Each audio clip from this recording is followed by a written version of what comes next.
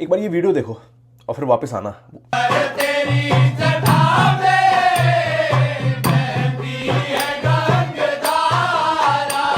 इसलिए मैं कहता हूं कि इंडियंस वी डोंट एसिमिलेट, हम एसिमिलेट ही नहीं होना चाहते किसी कल्चर में। That's why we want to look apart, हम दूसरों से अलग दिखना चाहते हैं और इस वजह से हमारे पे रेसिज्म होता है, इस वजह से हमारे पे तंज कसे जाते हैं। इस वजह से जाके कमेंट सेक्शन पढ़ लेना कि क्या क्या लिखा हुआ है इसमें।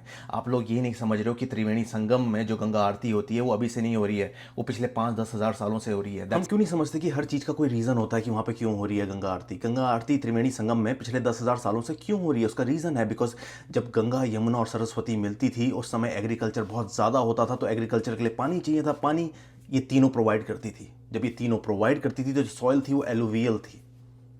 जब सॉइल एलुवियल थी तो फूड सरप्लस था, फूड सरप्लस था तो लोग बैठे, डेंस सेटलमेंट हुई, डेंस सेटलमेंट था, प्रॉस्पेरिटी थी।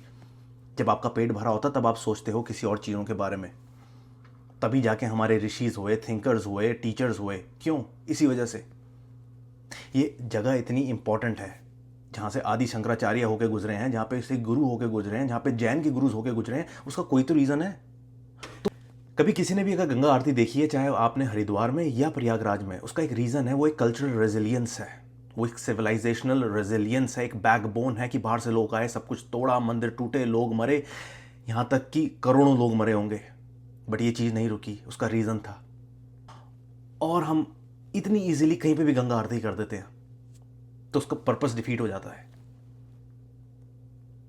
एक टाइम हुआ करता था जब यहाँ से लोग ट्रेड के लिए निकलते थे, एक्सचेंज ऑफ आइडियाज़ होते थे, जहाँ पे आदि शंकराचार्य बैठे हैं, जहाँ पे गुरु गोविंद सिंह जी बैठे हैं, जहाँ पे गुरु नानक देव जी बैठे हैं, जहाँ पे जैन गुरुज बैठे हैं। कोई तो महत्व होगी उस जगह की, आइडियाज़ फ्लो कर रहे हैं उस जगह पे। उसके कहते हैं कि हवा में ही नई फिलॉसफी है। मैं ये गंगा आरती देखी जो ये क्रेडिट रिवर पे कर रहे थे, बिल्कुल भी मुझे कोई फीलिंग नहीं आई। बट जब मैं हरिद्वार में देखता हूँ या प्रयागराज में देखता हूँ, इट्स एन अनदर एक्सपीरियंस, एक इटर्नल एक्सपीरियंस है, एक इटर्नल इथॉस है। I am getting connected to my forefathers जो 10,000 सालों से है जब मैं वहाँ पर जाता हूँ।